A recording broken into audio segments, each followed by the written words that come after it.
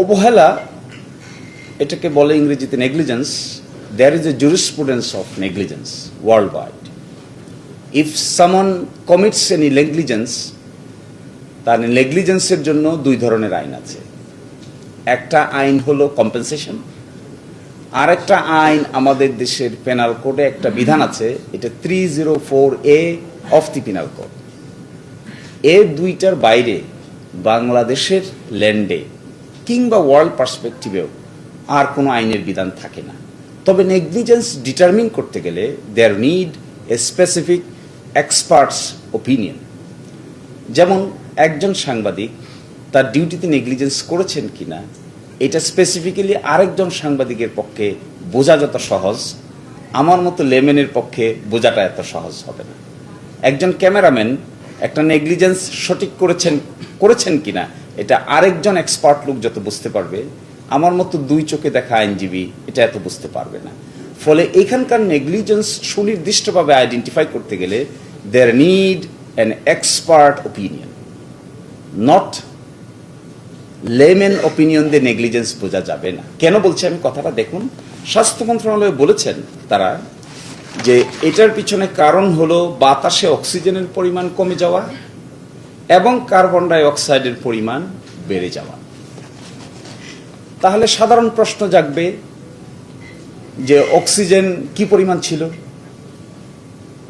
Carbon die অক্সাইডই বা কি পরিমাণ ছিল? That is the normal question. Second question হবে what is the standard of oxygen যেখানে একজন মানুষ বেঁচে থাকতে পারে, and what is the standard of carbon dioxide যে লেভেল হলে পরে একজন মানুষ আর সার্ভাইভ করে না। So we didn't find anything specific in the investigating report of the DG Health. That will certainly, we will go according to the law. কিন্তু আমার মনে হয় নেগলিজেন্সটা বিবেচনা করতে গেলে always we must see the degree of negligence,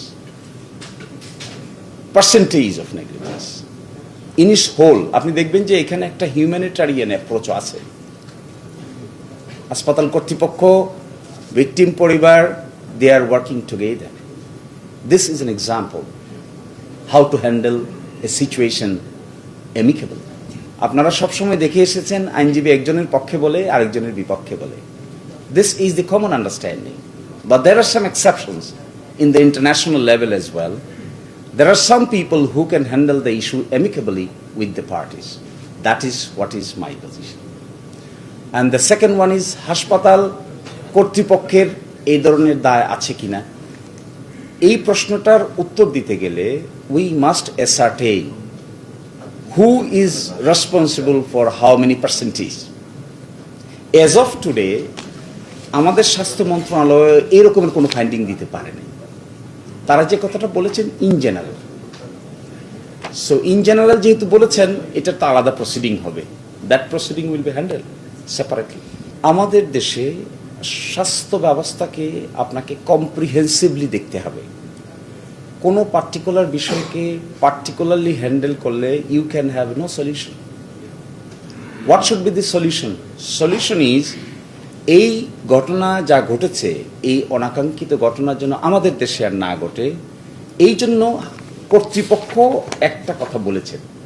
সেটা কি বলেছেন দেখেন, তদন্ত কমিটি মনে করে ভবিষ্যতে বেসরকারি হাসপাতালের নতুন লাইসেন্স প্রদানের ক্ষেত্রে সংশ্লিষ্ট হাসপাতাল পরিচালনায় ব্যবহৃত ভবন পরিদর্শন পূর্বক পরিবেশ অধিদপ্তরের পূর্বানুমতি গ্রহণ বাধ্যতামূলক হিসেবে শর্ত আরোপ করা প্রয়োজন। এটি কর্তৃপক্ষ বলছেন, ডিসিপ্লিন আনার জন্য বলছেন। Definitely health service must be sophisticated, definitely health service must be acceptable. এতে কারোই কোনো আপত্তি নাই, আপনারও নাই, আমারও নাই, কারোই নাই, কোনো পক্ষেরই নাই। কিন্তু আমাদেরকে এটাও নজরে রাখা উচিত বলে আমি মনে করি, সেটা হলো আপনি একটা জিনিসকে পানিশমেন্ট দিবেন accordings with law, then punishment দেন। কিন্তু এট দ্য সেম টাইম আপনাকে এটাও খেয়াল রাখতে হবে, একটা পানিশমেন্ট ইম্পোজ করতে গিয়ে you should not lakh lakh লোকের ক্ষতি করাটাও ঠিক হবে না। So something in between, always you think something in between. এবং এটা আমি তো আপনাদেরকে দেখালাম, 10 লক্ষ লোক যে ফ্রি চিকিৎসা পাচ্ছে এটা কি দেশের জন্য উপকার না? নিশ্চয়ই। 3 লক্ষ যে ডেলিভারি হয়েছে এটা কি উপকার না? উপকার। এখন আপনি পানিশমেন্ট দিতে গিয়ে কি এটাও বন্ধ করে দিবেন? এটা কি রিজনেবল হবে? নাকি এটা রিজনেবল হবে স্পেসিফিকের জন্য স্পেসিফিক পানিশমেন্ট দিবেন, ইন জেনারেলের জন্য আপনি সার্ভিস ওপেন রাখবেন? That is our opinion. আমি আপনাদেরকে এটা বলেছি যে এই যে একটা ইনসিডেন্ট ঘটেছে এটার জন্য সত্যিকার অর্থেই হাসপাতাল কর্তৃপক্ষ আপনাদের কাছে ক্ষমা প্রার্থী। হাসপাতাল কর্তৃপক্ষ তাদের এই আচরণ যে সঠিক না এটা বুঝেই তো ক্ষমা প্রার্থী হয়েছে।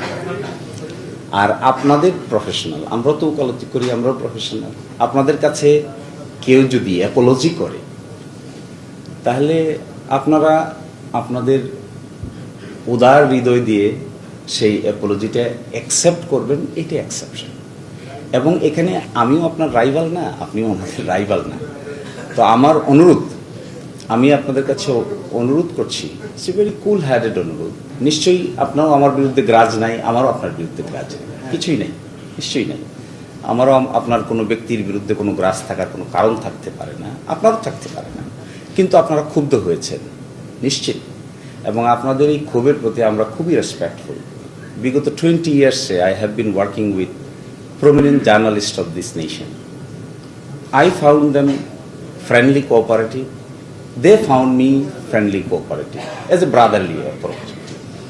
তো আপনাদের এই যে ক্ষোভ, পেশাগত দায়িত্ব পালন করতে গিয়ে আপনাদের প্রতি যে আচরণ তারা করেছে এটা আনঅ্যাকসেপ্টেবল, এটা অগ্রহণ।